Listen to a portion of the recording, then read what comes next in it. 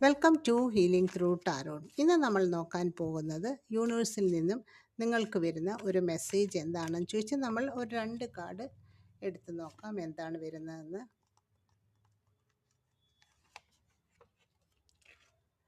നിങ്ങൾക്ക് വന്നിരിക്കുന്ന cards 5 of pentacles and the star കാർഡാണ്.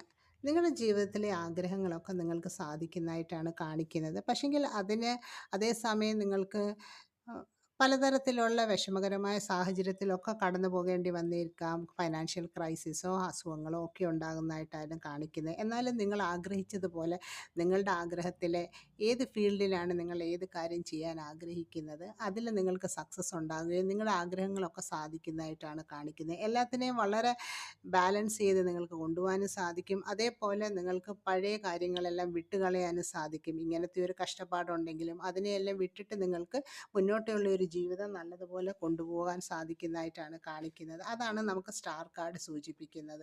പ്രയാസങ്ങളൊക്കെ ഉണ്ടെങ്കിലും അതിനെയൊക്കെ പുറമോട്ട് തള്ളി അതെല്ലാം മറന്നിട്ട് നിങ്ങൾക്ക് പുതിയതായിട്ടൊരു ലൈഫ് മുന്നോട്ട് കൊണ്ടുപോകാൻ സാധിക്കുകയും എല്ലാത്തിനെയും നിങ്ങളുടെ മനസ്സിലുള്ള വിഷമങ്ങളെയെല്ലാം നിങ്ങൾക്ക് മറന്നിട്ട് നിങ്ങൾക്ക് നല്ലൊരു ജീവിതം മുന്നോട്ട് കൊണ്ടുപോകാൻ സാധിക്കുന്നതായിട്ടാണ് കാണിക്കുന്നത്.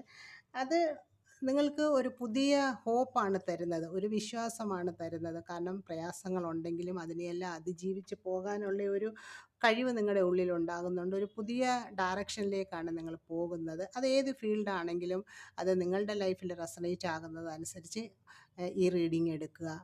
എന്ത് ചെയ്താലും അതിൽ നിങ്ങൾക്ക് സക്സസ് ഉണ്ടാകുകയും നിങ്ങളുടെ ആഗ്രഹം സാധിക്കുന്നതുമായിട്ടാണ് കാണിക്കുന്നത്.